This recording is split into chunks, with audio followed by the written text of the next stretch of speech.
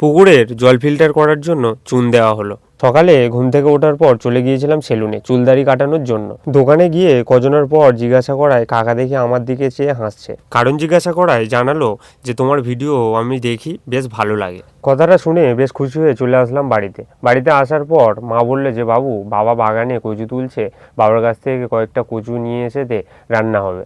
তো আমিও মায়ের কথা শুনে চলে গেলাম বাবার কাছে।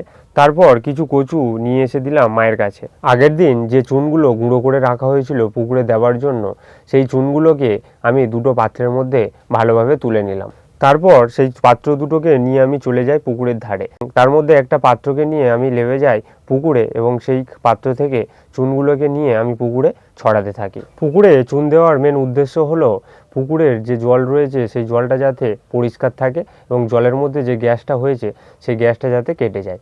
জলে না গুলে এইভাবে চুনটা দেওয়ার কারণ হলো যাতে চুনের গুঁড়োগুলো মাটিতে গিয়ে পড়ে।